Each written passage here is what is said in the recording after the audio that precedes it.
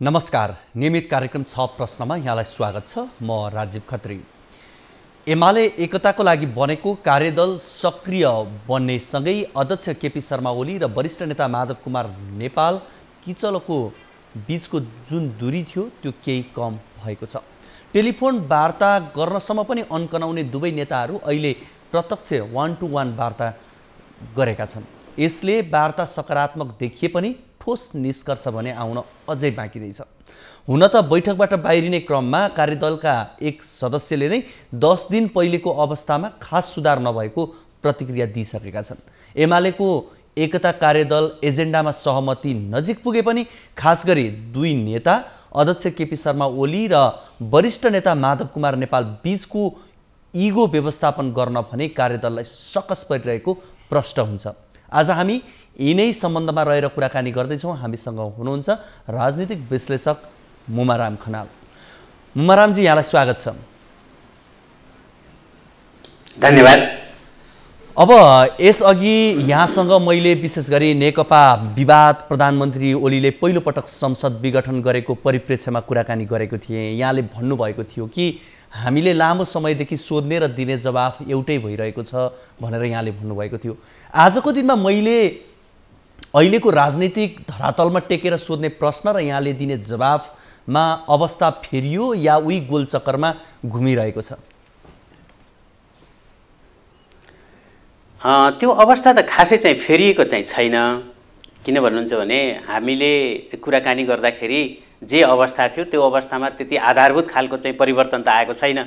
किनकि आजभन्दा 1 वर्ष अगाडिबाट जुन एमाले भित्र उहाँहरूले जुन आधार खोजिरहनु भएको छ एकताको, त्यो आधारमा चाहिँ उहाँहरूका निर्वाचन घोषणापत्रमा लेखिएका कुराहरू, उहाँहरूको पार्टीको चाहिँ विधानमा लेखिएका कुराहरू, उहाँहरूको जुन उद्देश्यका कुराहरू, यीसँग कुनै पनि सम्बन्ध राख्दैनन्। तपाईले आजभन्दा 1 वर्ष अगाडिको कुरा पनि हेर्नुभयो भने पार्टी एकताको मूल आधार चाहिँ के थियो त भन्दाखेरि त्यति बेला पनि पार्टी एकताका मूल आधार चाहिँ पार्टीभित्रका गुटहरूलाई सन्तुष्ट पार्ने, त्यो गुटको पनि मुख्य नेतालाई सन्तुष्ट पार्ने जुन त्यो आधार, त्यसको चाहिँ जुन एकताको हो त्यो आधार चाहिँ त्यहाँबाट खोज्न सुरु गर्नुभएको छ उहाँहरूले। त्यो एजेन्डामा आधार खोज्नु भएको छैन अझै पनि। र आजभन्दा 10 दिन अगाडिकै कुरा गर्नुहुन्छ भने यो 10 दिनमा उहाँहरूको कार्यदलको जुन घनीभूत छलफल भएको छ त्यो छलफलदेखि छलफलसम्म मात्रै केन्द्रित छ। तपाईले हेर्नुभयो भने अघि पृष्ठभूमिमा तपाईले भन्नुभयो जस्तै त्यो इगो व्यवस्थापनको कुरा भनेको त दुईटा गुट चाहिँ एउटाले अर्को गुटलाई पराजित गर्ने चाहिँ उद्देश्यका साथ वार्तामा बस्नुभयो भने त्यो वार्ता त सफल हुँदैन। किनभने एउटा पक्षले जित्ने र अर्को पक्षले हार्ने हुन्छ। र त्यो हारजितको मानसिकताबाट उहाँहरू एजेन्डामा चाहिँ केन्द्रित हुनुभएको छैन। अझै पनि उहाँहरूले जुन एजेन्डा भन्नुभएको छ त्यो एजेन्डा चाहिँ उहाँहरूको चाहिँ पार्टीको चाहिँ उद्देश्य, उहाँहरूले निर्वाचनमा जुन प्रतिबद्धता, उहाँहरूले चाहिँ हाम्रो पार्टीले बहुमत ल्यायो भने, हाम्रो पार्टीको सरकार बन्यो भने हामीले चाहिँ विकास र समृद्धिमा यी कुराहरू चाहिँ हामीले गर्छौँ हैन, नेपालका जुन समस्याहरू छन् ती समस्यामा कसरी केन्द्रित हुन्छौँ भन्ने बारेमा जुन उहाँहरूका चाहिँ प्रतिबद्धताहरू थिए त्यसमा बहस छलफल त भएको छैन। हेर्नुहोस् हैन, नेपालको विकासको मोडल के हुने यसमा छलफल गरौँ त भन्नुभएको छैन।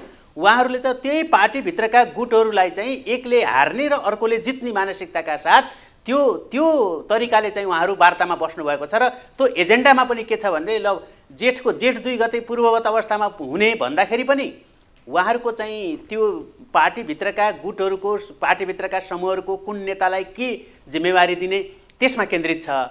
र त्यसले गर्दाखेरि दुईटा जुन मुख्य समूहका नेताहरू हुन् त्यो कार्यदलले चाहिँ असाध्यै राम्रो पोजिटिभ कुराहरू गर्यो भने पनि त्यो मुख्य नेताहरूले चाहिँ आफ्नो समूहलाई बलियो बनाउने, अझ केपी ओलीजीलाई को कुरा गर्ने हो भने त केपी ओलीजीलाई अहिले अप्ठ्यारो के छ भने भोलि संसदको पुनर्स्थापना भयो भने आफू प्रधानमन्त्री हुन सक्छु कि सक्दिनँ, अथवा त्यो बेलामा चाहिँ पार्टीलाई इन्ट्याक्ट राख्यो भने म फेरि चाहिँ प्रधानमन्त्री निरन्तर हुन सक्छु भन्ने मात्रै उद्देश्य छ। हेर्नुहोस्, र यता माधव नेपालजीहरूको चाहिँ के छ त भन्दाखेरि केपी ओलीलाई चाहिँ अलिकति चाहिँ साख गिराएर र पार्टीभित्र चाहिँ गुमेको त्यो वर्चस्वलाई पनि लिएर एमाले भित्र फेरि केपी ओलीलाई कमजोर बनाउने उद्देश्यका साथ त्यहाँ वार्ताहरू भइरहेछन्। त्यसैले यो कार्यदलले आफैमा चाहिँ सकारात्मक सोच कार्यदलको रहँदै पनि त्यो तपाईले भने जस्तै दुईजना नेताहरूको, दुईटा समूहको, त्यो समूहका फेरि अरू नेताहरूको यो चाहिँ जुन इगो व्यवस्थापन भनौँ अथवा चाहिँ गुट व्यवस्थापन भनौँ यसमा केन्द्रित छ वार्ता। अब एमाले मिल्नु नमिल्नुले सम्भावित राजनीतिक परिदृश्य निर्धारण समेत गर्छ, तर पछिल्लो अवस्था हेर्दा एमाले नमिल्न सजिलो न त विभाजन हुन को अवस्था नै त्यति सहज देखिन्छ। मिल्न के फ्याक्टरले नसकेको हो अनि विभाजन हुन चाहिँ अझै नसक्नु र त्यो जोडिराख्नु चाहिँ कुन रसायनले काम गरेको हो भन्ने लाग्छ यहाँलाई?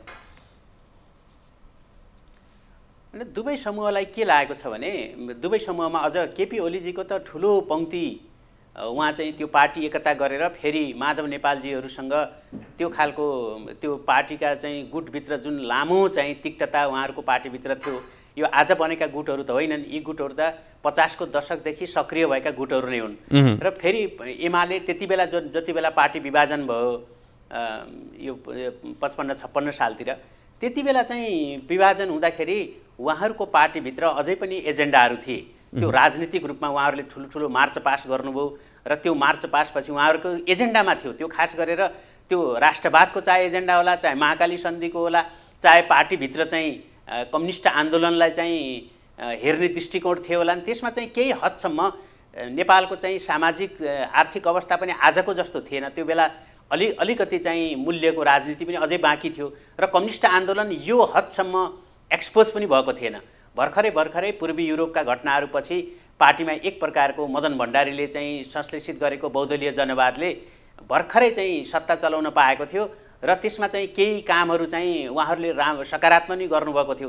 त्यो सकारात्मक कामले गर्दा आम चाहिँ कम्युनिस्टको जनमानस यति खुकलो र पार्टीप्रति यति धेरै चाहिँ अहिले जुन तहसम्म चाहिँ कम्युनिस्ट आन्दोलन भनेर चाहिँ उहाँहरूले भन्नुभएको छ र एउटा हास्यको चाहिँ विषय बन्न थालेको छ, त्यो हदसम्म त्यो भएको थिएन। हेर्नुहोस्, र आजसम्म आउँदाखेरि उहाँहरूलाई के लागिरहेछ भने यो कम्युनिस्ट आन्दोलन भनेर उहाँहरूले भन्नुहुन्छ, त्यो कम्युनिस्ट आन्दोलन त रहेन, तर उहाँहरूको आफ्नो चाहिँ व्यक्तिगत राजनीतिक चाहिँ जुन समीकरण छन् त्यो समीकरणमा उहाँहरूको चाहिँ व्यक्तिगत राजनीतिक जीवन पनि छ।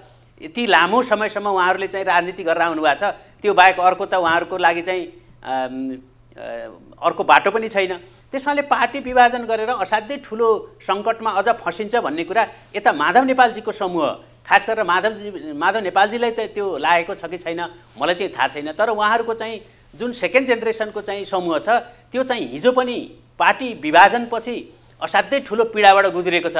त्यसमाले त्यो पीडालाई सम्झेर उसले सधैँ पार्टी एकताको कुरा गरिरहेछ र अहिले पनि तपाईँ हेर्नुभयो भने केपी ओली पक्षको चाहिँ भन्दा यता माधव नेपाल समूहमा रहेका दोस्रो तहमा चाहिँ रहेका नेताहरू पार्टी एकताका लागि भित्र चाहिँ सबैभन्दा बढी यो कार्यदल बनाउनेसम्मको अभ्यास त त्यहाँ उनीहरूले चाहिँ बढी गरेका हुन्। त्यसमाले केपी ओली भन्दा माधव नेपाल पक्षलाई चाहिँ यो एकता बचाइराख्न चाहिँ बढी जरुरी छ, किनभने उहाँहरू चाहिँ अब उहाँ केपी ओलीजी त सत्तामा हुनुहुन्छ, सत्तामा भइसकेपछि उहाँको गुटलाई चाहिँ अलिकति एकताबद्ध बनाउन उहाँहरूलाई चाहिँ असाध्यै सजिलो छ, तर त्यति सजिलो चाहिँ यता माधव नेपाल समूहलाई छैन। किनकि अदालतको चाहिँ निर्णयपछि जसरी चाहिँ त्यो माधव नेपाल समूह चाहिँ विभिन्न चरणका चाहिँ सङ्घर्षहरू चाहिँ गरिरहेछ, त्यो पार्टीभित्र चाहिँ एकताबद्ध भएर जाने अथवा पार्टी चाहिँ विभाजन गरेर जाने भन्नेमा, तर उहाँहरूले पनि 1 वर्षदेखि त्यो निर्णय गर्न सक्नुभएको पनि छैन। हिजो नेकपा चाहिँ इन्ट्याक्ट नै रहँदाखेरि त्यो एकताबद्ध रहेको हुन्थ्यो भने उहाँहरूलाई सजिलो के हुन्थ्यो भने माओवादी केन्द्र र उहाँहरूको चाहिँ एकताको बिचमा चाहिँ उहाँहरूलाई काम गर्न सजिलो हुन्थ्यो, त्यहाँनिर अलिकति स्पेस पनि थियो। तर त्यो स्पेस पनि खुम्चिएर केपी ओलीजीसँग चाहिँ सरेन्डर नगरिकन कुनै पनि हिसाबले पार्टीमा नहट्ने परिस्थिति आइसकेपछि र केपी ओलीले एकलौटी चाहिँ पार्टीमा डिसिजन गर्दै गएपछि चाहिँ उहाँहरू चाहिँ एक चरणसम्म त अब माधव नेपालजी त पुरै त्यहाँ फ्रस्ट्रेट हुनुभयो हैन। तर अब अर्को चाहिँ सेकेन्ड जेनेरेसनलाई थाहा छ पार्टी बनाउन कति कठिन छ भन्ने हैन, त्यहाँ पनि छ एउटा चाहिँ केपी ओलीसँग कुनै पनि हिसाबले मिल्न सकिँदैन भन्ने पनि छ।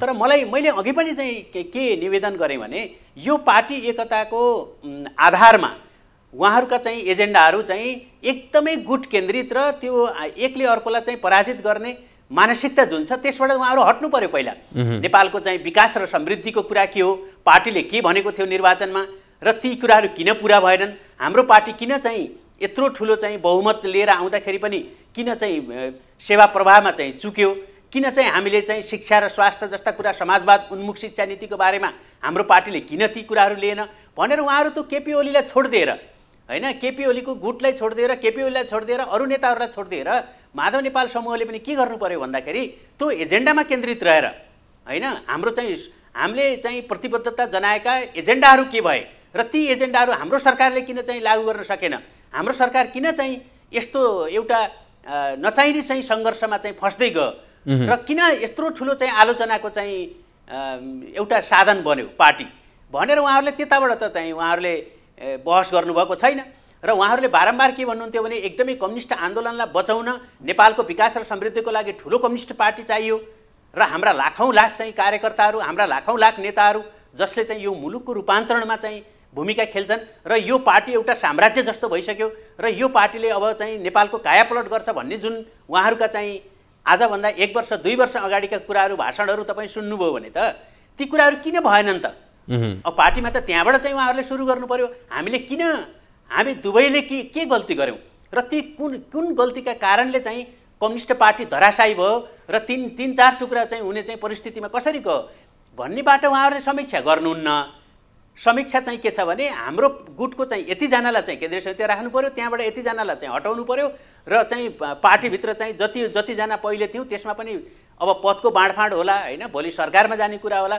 यसमा मात्रै उहाँहरूको जुन खालको चाहिँ त्यो कार्यदलको चाहिँ एजेन्डा छन् ती एजेन्डाहरू चाहिँ कम्युनिस्ट आन्दोलनको चाहिँ हिसाबले, उहाँहरूको पार्टीका प्रतिबद्धताका हिसाबले र उहाँहरूले चाहिँ मुलुकलाई चाहिँ गरेका बाचा र प्रतिबद्धताका हिसाबले त उहाँहरू त ती एजेन्डामा त त्यो कार्यदल त प्रवेश गरेका छैन। अब यो दुवै तहको दोस्रो तहका नेताहरूका प्रयास समूहको बिचमा मात्रै यो अब यो पार्टी एकताका लागि उनीहरूले खेलेको भूमिका यो एउटा पक्ष रह्यो। अब यो एकतामा एजेन्डा मिले पनि इगो व्यवस्थापन चाहिँ कसरी होला भन्ने प्रश्न धेरैको मनमा रहेको पनि देखिन्छ। कसरी व्यवस्थापन गर्ने त्यो बाटो यहाँले कतै देख्नुहुन्छ? यसो गर्लान् भन्ने यो आधारहरू केही अहिले हामी देख्न सक्छौँ?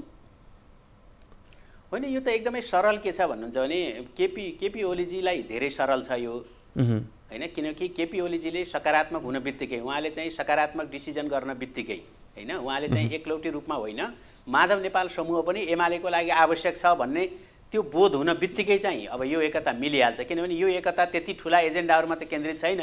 नेपालको विकासको मोडेल कस्तो हुने भनेर उहाँहरूले चाहिँ छलफल गर्न थाल्नुभएको भए अथवा नेपालको स्वास्थ्य नीतिमा पार्टी किन फस्दै गयो होइन, त्यो चाहिँ उहाँहरूका चाहिँ त्यो एउटा मेडिकल कलेजलाई चाहिँ अनुबन्धन दिने अथवा नदिने कुरासँग त यो स्वास्थ्य नीति त सम्बन्धित होइन नि। वास्तवमा चाहिँ त्यो खुम्चिँदै गएर केही मेडिकल कलेजहरूको चाहिँ सम्बन्धनको कुरामा चाहिँ यो खुम्च्यो। हेर्नुहोस्, यथार्थमा त समाजवाद उन्मुख स्वास्थ्य नीतिका बारेमा, समाजवाद उन्मुख शिक्षा नीतिका बारेमा अथवा समाजवाद उन्मुख चाहिँ सार्वजनिक यातायातको विषयमा सामाजिक सुरक्षाको त्यत्रो ठुलो होइन केपी ओलीको चाहिँ पोलमा चाहिँ प्रधानमन्त्रीको चाहिँ त्यो फोटोसहित राख्नुभयो, तर आज सामाजिक सुरक्षाको चाहिँ जुन घोषणा भयो त्यो चाहिँ 3 वर्षमा तपाईँ हेर्नुभयो भने काहीँ 1 इन्च पनि अगाडि बढाएको छैन होइन, केही पनि भएन। त्यत्रो ठुलो चाहिँ तामझामका साथ चाहिँ उहाँहरूले चाहिँ सामाजिक सुरक्षा योजना ल्याउनु भयो, त केही पनि भएन।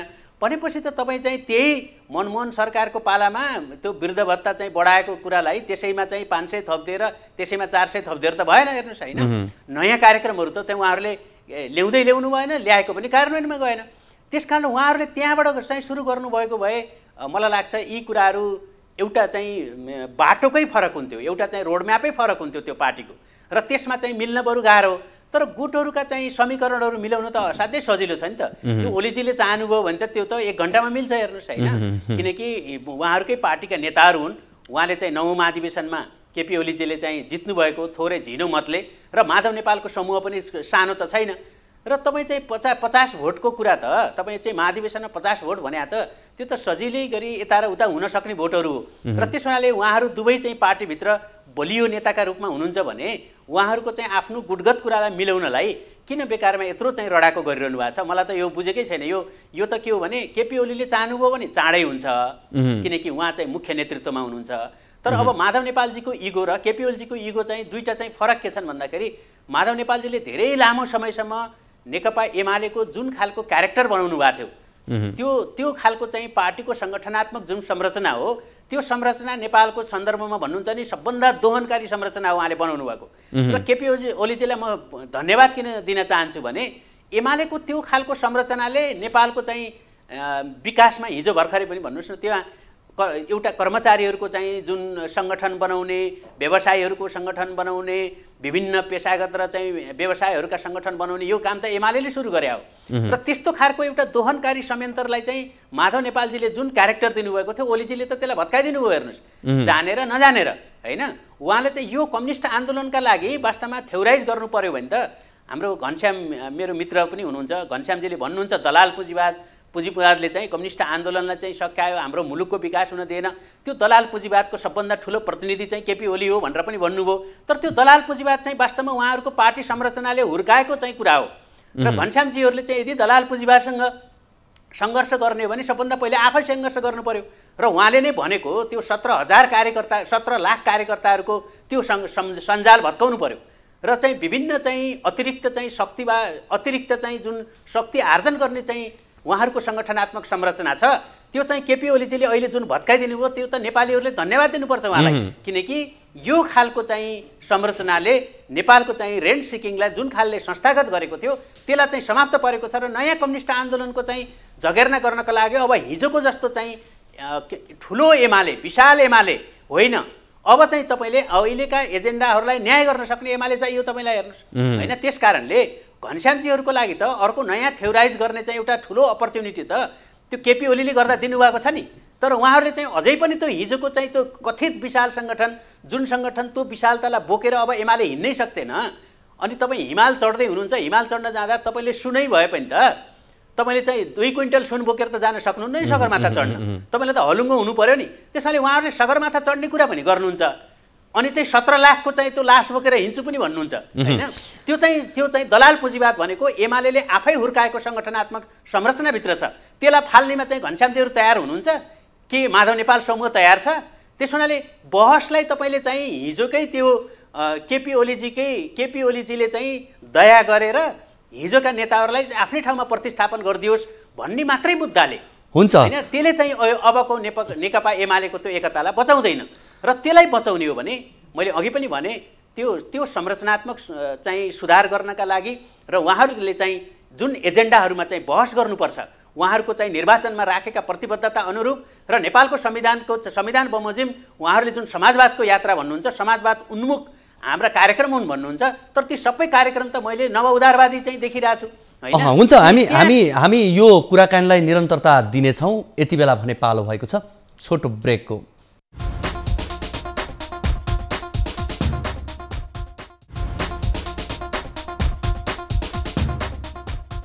छ प्रश्नमा यहाँहरूलाई फेरि पनि स्वागत छ। आज हामी विशेष गरी नेकपा एमाले भित्रको अन्तर्सङ्घर्षमा केन्द्रित रहेरै कुराकानी गरिरहेका छौँ। हामीसँग हुनुहुन्छ राजनीतिक विश्लेषक मुमाराम खनाल।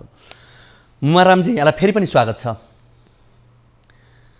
अब इतिहास निहाल्दा केपी माधव बीच सङ्घर्ष मात्र छैन, लोभलाग्दो सङ्घर्ष सहकार्य पनि देखिन्छ। छैठौँ महाधिवेशनसम्म पनि एकअर्काको समस्या उनीहरू थिएनन्, सहयोद्धाकै रूपमा देखिएका थिए। ओली र नेपाल मिल्दा एमाले छैठौँ महाधिवेशनको मैदानमा वामदेव गौतमको महाकाली सन्धि जस्तो शक्तिशाली हतियार पनि असफल भएको थियो। ओलीलाई साथ दिने नेपाल चाहिँ अहिले यो अवस्थामा कसरी पुगे या पुर्याइए भन्ने कुरा पनि त महत्त्वपूर्ण होला। होइन, पहिला त हामी यो एकताको पृष्ठभूमिलाई तपाईँले हेर्नुभयो भने जति बेला यो पार्टी एकता भयो, त्यो पार्टी एकताको चाहिँ संस्थागत चरित्र देखा परेन। किन भन्नुहुन्छ भने पार्टीलाई संस्थागत एकतामा लिएर जानको लागि त उहाँहरूले त्यो खालको छलफलै गर्नु भएन। मात्रै केपी ओली र पुष्पकमल दाहाल प्रचण्डजीको बिचमा चाहिँ उहाँहरूको कुराकानी भयो र त्यो कुराकानीपछि पार्टी पङ्क्तिले यो एकता यति चाँडै हुन्छ भन्ने थाहा पाएको पनि थिएन। बरु पार्टीको दोस्रो तहका नेताहरूको बरु चाहिँ माओवादी त्यो तात्कालीन माओवादी केन्द्रको पनि र यता एमालेको पनि एउटा पङ्क्ति चाहिँ एउटा वैचारिक आधारमा यदि समाजवादमा जानियो भने उहाँहरूका चाहिँ जुन आफ्ना पार्टीका चाहिँ घोषित अवधारणाहरू थिए, ती घोषित अवधारणाहरूलाई चाहिँ अलिकति हामीले चाहिँ न्यारो गर्दै त्यो कन्भर्जेन्ट पोइन्टमा पुग्नु पर्यो र हामीले चाहिँ त्यो एकतालाई चाहिँ त्यो खालको एउटा सहमतिको बिन्दुमा लैजाउँ भनेर केही पार्टीको संस्थागत चाहिँ तहबाट होइन, केही नेताहरूको पहलबाट त्यो कुराहरू चाहिँ भइरहेको थियो। तर उहाँहरूको चाहिँ नेताहरूले त 81 यसरी चाहिँ उहाँहरूले चाहिँ एकताको चाहिँ घोषणा गरिदिनु भयो। त्यसबाट अचम्म त त्यहाँ सबैभन्दा अचम्म त एमाले नै पर्यो र सबभन्दा अचम्म चाहिँ माओवादी नै पर्यो। किनकि माओवादीभित्र त त्यो प्रचण्डको चाहिँ पुरै वर्चस्व थियो त्यो पार्टीभित्र, किनकि प्रचण्डसँग असहमत हुने त पार्टीबाट चाहिँ बाहिर निस्किसकेका थिए। अब एमालेभित्र त त्यो स्थिति थिएन। नवौँ महाधिवेशनमै दुईवटा चाहिँ ठुल्ठुला चाहिँ समूहहरू चाहिँ विभाजित थिए र एउटा समूहले जित्यो अर्को समूहले हार्यो भन्ने चाहिँ त भयो त्यो प्राविधिक रूपमा। तर राजनीति त प्राविधिक कुराले मात्रै त चल्दैन हेर्नुहोस् होइन। राजनीतिमा कहिलेकाहीँ प्राविधिक कुरा एकातिर हुन्छ भने राजनीतिक मुद्दा अर्कोतिर हुन्छ। त्यस हुनाले त्यो एकता नै उहाँहरूले चाहिँ असाध्यै चाहिँ छापामार शैलीमा गरिदिनु भयो। दुईजना नेताहरूको चाहिँ इन्ट्रेस्टमा, खास गरेर पालैपालो अध्यक्ष हुने र पालैपालो प्रधानमन्त्री हुने चाहिँ शर्तमा उहाँहरूले एकता गर्नुभयो र त्यो एकताका परिणामहरू पछि कहिले आएर देखा पर्न थाले भने वास्तवमा माधव नेपाल समूह त यसमा चाहिँ बढी निर्दोष छ। किनकि त्यो एकताको चाहिँ डिजाइनमा पनि त्यो समूह चाहिँ पाखा पारियो, बाहिर पारियो र त्यसपछिको सरकारमा पनि त्यो सरकारको साझेदारी र पार्टीको साझेदारीमा पनि त्यो त प्रचण्ड र ओलीजीको बिचमा मात्रै भयो। भन्दाखेरि माधव नेपाल समूह त पहिलेदेखि नै यो एकतादेखि नै मार्जिनलाइज चाहिँ समूह हो। त्यसकारणले स्वाभाविक रूपले उनीहरूलाई चाहिँ सङ्कट पर्यो हेर्नुहोस् होइन। झन् अदालतको डिसिजनपछि झन् सङ्कट पर्यो। र अर्को कुरा त्यो एकताकै तपाईँले हेर्नुभयो भने प्रचण्डजी आइसकेपछि एमालेको जुन क्यारेक्टर हो होइन, एमाले आफ्नै बिचको आफ्नै पार्टीभित्रको, किनभने दुईवटा पार्टीको दुईवटा एकदमै यो समानान्तर धाराहरू हुन्। तपाईँले हेर्नुभयो भने प्रचण्डको धारा चौथो महाधिवेशनबाट आएको धारा हो भने यता झापा आन्दोलनको धारा चाहिँ जुन कोअर्डिनेसन कमिटी भन्यो त्यसको धारा हो। भन्दाखेरि यी दुईवटा कम्युनिस्ट आन्दोलनका दुईवटा समानान्तर चाहिँ जुन समूहहरू थिए ती समानान्तर समूहहरू एकै ठाउँ आउँदाखेरि उनीहरूको चाहिँ साङ्गठनिक ढाँचा, काम गर्ने तौर तरिका, त्यसपछि पार्टीलाई चाहिँ ह्यान्डल गर्ने तरिकादेखि लिएर ती दुईजना चाहिँ नेताहरू केपी ओली र प्रचण्डको स्वभाव चाहिँ एकदमै व्यक्तिवादी छ होइन, असाध्यै व्यक्तिवादी छ। तर र उनीहरूको चाहिँ पार्टीमा त्यो इन्टरमिडिएटरी बडी पनि खासै छैन होइन, जसले चाहिँ त्यो कोअर्डिनेसन गर्छ। तर माधव नेपालको हेर्नुभयो भने त ठुलो समूह चाहिँ माधव नेपालले सल्लाह नगरिकन एक्लै बोल्न सक्ने अवस्था छैन। ठुलो समूह चाहिँ उहाँहरूको बिचमा चाहिँ त्यो एउटा इन्टरमिडिएटरी बडी छ र केपी ओलीको त्यो छैन। केपी ओलीले कसैसँग नि सल्लाह गर्नु पर्दैन, एकैचोटि उहाँले त्यो सन्देश चाहिँ आफ्नो पार्टी पङ्क्तिलाई होइन पुरै चाहिँ एकैचोटि गएर टेलिभिजनमा अथवा चाहिँ कुनै पनि सञ्चार माध्यममा सुनाइदिनुहुन्छ। तर त्यो परिस्थिति चाहिँ यता माधव नेपालजीहरूको होइन। त्यसकारणले गर्दाखेरि यो जुन लिङ्गरिङ भइरहेछ यति लामो समयदेखि र यसको चाहिँ मूल कारण के हो भन्नुहुन्छ भने माधव नेपाल समूह चाहिँ मार्जिनलाइज भएको कारणले, हिजो चाहिँ एकतादेखि नै अहिलेसम्म भएको कारणले चाहिँ यो चाहिँ धेरै लिङ्गरिङ भएर गइरहेछ। र अझै पनि चाहिँ मलाई चाहिँ के लाग्छ भन्दाखेरि यो एकतालाई चाहिँ बचाउने कुराबाट होइन, केपी ओली चाहिँ दिन प्रतिदिन उहाँका कार्डहरू सकिँदैछन् होइन। तपाईँ त्यो राजनीतिमा त उहाँका धेरै कार्डहरू खेल्नुहुन्छ र ती चाहिँ कार्डहरू सकिँदै गएपछि अब चाहिँ अन्तिम उपायको रूपमा चाहिँ उहाँलाई अब पार्टीलाई एकताबद्ध बनाउने हो भने चाहिँ उहाँ चाहिँ सत्तामा रहिरहन पनि सक्नुहोला, नत्र चाहिँ त्यो एकदमै गाह्रो हुँदै गएको छ। उहाँ सत्तामा रहिरहे पनि उहाँ यति धेरै एक्सपोज हुनुभयो कि हिजो तपाईँले 2 वर्ष अगाडिको केपी ओली र अहिलेको तपाईँ केपी ओली हेर्नुहुन्छ भने त उहाँ त यति तल पुगिसक्नुभयो। त्यस्तै माधव नेपालजीलाई हेर्नुहुन्छ भने पनि 2 वर्ष अगाडिको माधव नेपालको चाहिँ बोली, उहाँको चाहिँ जुन स्थान थियो त्यो स्थान चाहिँ यति खस्किएको छ कि एकले अर्कोलाई नङ्गाउनु भयो उहाँहरूले। तर त्यो एकले अर्कोलाई नङ्गाउँदाखेरि उहाँहरूले चाहिँ अझैसम्म नबुझेको कुरा के छ भने दुवै हार्नुभयो नि त। एकले अर्कोलाई चाहिँ हराउँछु भन्दाखेरि, एकले अर्कोलाई पराजित गर्छु भन्दाखेरि उहाँहरू दुवैजना हार्नुभयो। त्यसमाले दुवैजनाले जित्ने पनि त होला नि त। त्यसमाले कार्यदल त त्यहाँ प्रवेश गर्नु पर्यो। हाम्रा दुईटै नेता हार्दाखेरि नेकपा एमालेको हालत कहाँ गयो भनेर दुईटै नेता बसेर उहाँहरूले चाहिँ त्यो 1-to-1 मिटिङ त भयो, त्यो एउटा सकारात्मक कुरो भयो उहाँहरूको होइन। त्यो सकारात्मक कुरोलाई त उहाँहरूले चाहिँ त्यो परिणाममा ल्याउनको लागि त उहाँहरू हामी दुवैजना हार्यौँ भन्ने चाहिँ एउटा मनस्थितिमा पुग्नु पर्यो। अझै पनि एकअर्कालाई हराउने हो भने त अब हराउनको लागि चाहिँ के बाँकी छ र भन्नु न। अब यहाँले भन्नुभयो यस्तै 75 त्यसकारणले त्यो आधारबाट चाहिँ खोजी गर्नु 75 जेठ 2 सम्मको अवस्थालाई हेर्ने हो भने माधव कुमार नेपालको जुन किसिमको शक्ति, आफ्नो सङ्गठन जुन किसिमको थियो, त्यस पछाडि क्रमशः अध्यक्ष द्वय पछाडिको हिसाबले हेर्ने हो भने झलनाथ खनाल अगाडि सारियो। इगो त त्यहीँबाट सुरुवात पनि भयो होला। त्यो डर पनि अहिले माधव नेपालमा देखिनु एक प्रकारले स्वाभाविक पनि मान्न सकिएला। अब अहिले यो मिल्दै गर्दा चाहिँ अरू पार्टीका प्रधानमन्त्री बन्ने अवस्था बन्छ भने माधव नेपाललाई नै किन नबनाउने, या हिजो नेकपा हुँदाखेरि 2टा अध्यक्ष थिए भने अब 2टा अध्यक्ष किन नहुने भन्ने कुरा पनि विशेष गरी ओली पक्षकै केही नेताहरू, अझ भनौँ पृथ्वी सुब्बा गुरुङहरू लगायतबाटै उठ्न पनि थालेको हामी देख्न सक्छौँ। यो पनि एउटा समाधानको बाटो बन्न सक्छ एमालेमा? होइन त्यो त प्रस्तावै उहाँहरूको के हो भने मुख्य रूपमा अहिले माधव नेपालजीलाई प्रधानमन्त्री बनाउने प्रस्ताव हो। खास गरेर कार्यदलका माधव नेपाल समूहको पनि के हो भने यसलाई ल्यान्ड गर्नको लागि सबभन्दा सजिलो चाहिँ केपी ओलीजीलाई चाहिँ पार्टी अध्यक्ष दिएर उहाँलाई चाहिँ सरकारबाट चाहिँ बाहिरिएर माधव नेपालको नाममा चाहिँ सबै पार्टीहरूको सहमति खोज्न सकिन्छ भन्ने हो होइन। र उहाँहरूको चाहिँ त्यो आफ्नो चाहिँ यो मैले अघि पनि भने यो त एउटा प्राविधिक चाहिँ कुरा भयो होइन। प्राविधिक रूपमा त्यो कुरामा अब केपी ओलीजीले पनि धेरै चाहिँ प्रधानमन्त्रीमा रहँदाखेरि जुन प्रकारको चाहिँ आलोचना छ, जुन प्रकारको चाहिँ पार्टीभित्र नै त्यत्रो ठुलो किचलो छ, पार्टी बाहिर पनि उहाँको विरुद्धमा चाहिँ मोर्चाबन्दी छ भनेपछि यस्तो कचिङ्गलको बिचमा किन प्रधानमन्त्री रहिरहनु? अब कुनै भेस्टेड इन्ट्रेस्ट छैन भने अब त्यो त हामीलाई थाहा छैन, हेर्नुहोस् होइन। उहाँको चाहिँ कुनै चाहिँ साँच्चै नै यो नेपालको राजनीतिलाई उथल पुथल बनाउनका लागि चाहिँ उहाँहरूले प्रायोजित काम गर्नुभएको छ भने त अब हामीलाई थाहा छैन। नत्र चाहिँ एउटा प्रधानमन्त्री बन्दाखेरि आफ्नो राजनीतिक भविष्य आफूले आजसम्म आर्जन गरेको चाहिँ इतिहासप्रति नै कलङ्क लाग्ने गरी किन चाहिँ प्रधानमन्त्री भइराख्नु पर्यो र होइन। त्यो केपी ओलीजीले सोच्ने कुरा हो, तर त्यसरी उहाँले चाहिँ सोच्नुहुन्छ जस्तो मलाई लाग्दैन। र अर्को कुरा माधव नेपाललाई चाहिँ प्रधानमन्त्रीको रूपमा अगाडि सार्दाखेरि पनि होइन त्यसले चाहिँ त्यो उहाँहरूको पार्टीभित्रको समस्या त समाधान गर्ला, तर यथार्थमा नेपाली जनमानसमा केपी ओली प्रधानमन्त्री हुनु, प्रचण्ड प्रधानमन्त्री हुनु, शेरबहादुर प्रधानमन्त्री हुनु, माधव नेपाल प्रधानमन्त्री हुनुसँग कुनै अर्थ र सरोकार छैन र उहाँहरूको बिचमा कुनै फरक छ भन्ने पनि छैन होइन। होला कसैले चाहिँ यो संविधानलाई यो ढङ्गले चाहिँ कुल्चेर अगाडि नबढ्ला, अलिकति फरक तरिकाले अगाडि बढ्ला, तर सेवा प्रवाहका हिसाबले होइन मुलुकको चाहिँ समस्याका हिसाबले त उहाँहरू पनि बारम्बार असफल भएको, बारम्बार उहाँहरूलाई प्रधानमन्त्री देखिरहेकै जमात हो। त्यसैले उहाँहरू प्रधानमन्त्री हुँदा के गर्नुभयो भन्ने कुरा नदेखेको जमात त होइन, उहाँहरू चाहिँ त्यहाँबाट चाहिँ टेस्ट भएर आउनुभएको हो। त्यसैले त्यसले चाहिँ एउटा चाहिँ ठुलो जमातलाई चाहिँ प्रभाव पार्छ, त्यसले चाहिँ असाध्यै सकारात्मक सन्देश दिन्छ भन्ने होइन।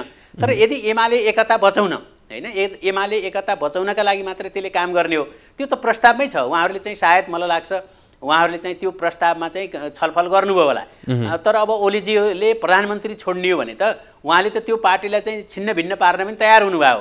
खास भन्नुहुन्छ भने ओलीजीको ठुलो समूह त यति असहिष्णु छ कि त्यो माधव नेपाल समूह चाहिँ जहाँ जाने हो जाओस् होइन, त्योसँग कुनै मतलब पनि छैन, हामी चाहिँ अगाडि बढ्ने हो भन्ने छ होइन। भनेपछि त्यो एमाले त अहिले कस्तो भयो भन्नुहुन्छ नि, त्यो सूर्य चिन्हमा उहाँहरूको चाहिँ त्यो चिन्ह भनेको पार्टीको चिन्ह त जे राखे पनि हुन्छ नि, हेर्नुहोस् होइन।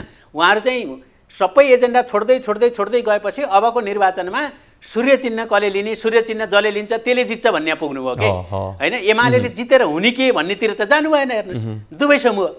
त्यसैले एमालेलाई चाहिँ ठुलो बनाउने किन, ठुलो बनाएको त हो त होइन। ठुलो बनाएपछि झन् ठुलो झगडा हुँदो रहेछ, पार्टी झन् टुक्रिँदो रहेछ, जति ठुलो पार्टी भयो त्यति चाहिँ मुलुकलाई झन् घाटा रहेछ भनेपछि उहाँहरू किन ठुलो पार्टी बनाउन उद्धत हुनुहुन्छ त? अझै एकता गरेर ठुलो पार्टी बनाउने हो कि उहाँहरू एजेन्डामा आउने हो भन्ने कुरा मैले नबुझेको कुरा त्यो हो। हस्, यहाँको यो महत्त्वपूर्ण समय र संवादको लागि यहाँलाई धेरै धेरै धन्यवाद। हस्, धन्यवाद तपाईँले। हामीसँग हुनुहुन्थ्यो राजनीतिक विश्लेषक मुमाराम खनाल। आजको कार्यक्रमको निर्धारित समय सकिसकेको छ। भोलिको कार्यक्रममा हामी नयाँ अतिथि र नयाँ विषयसँग रहेर कुराकानी गर्न आउने नै छौँ। तबसम्मको लागि बिदा दिनुहोस्। हवस् त, नमस्ते।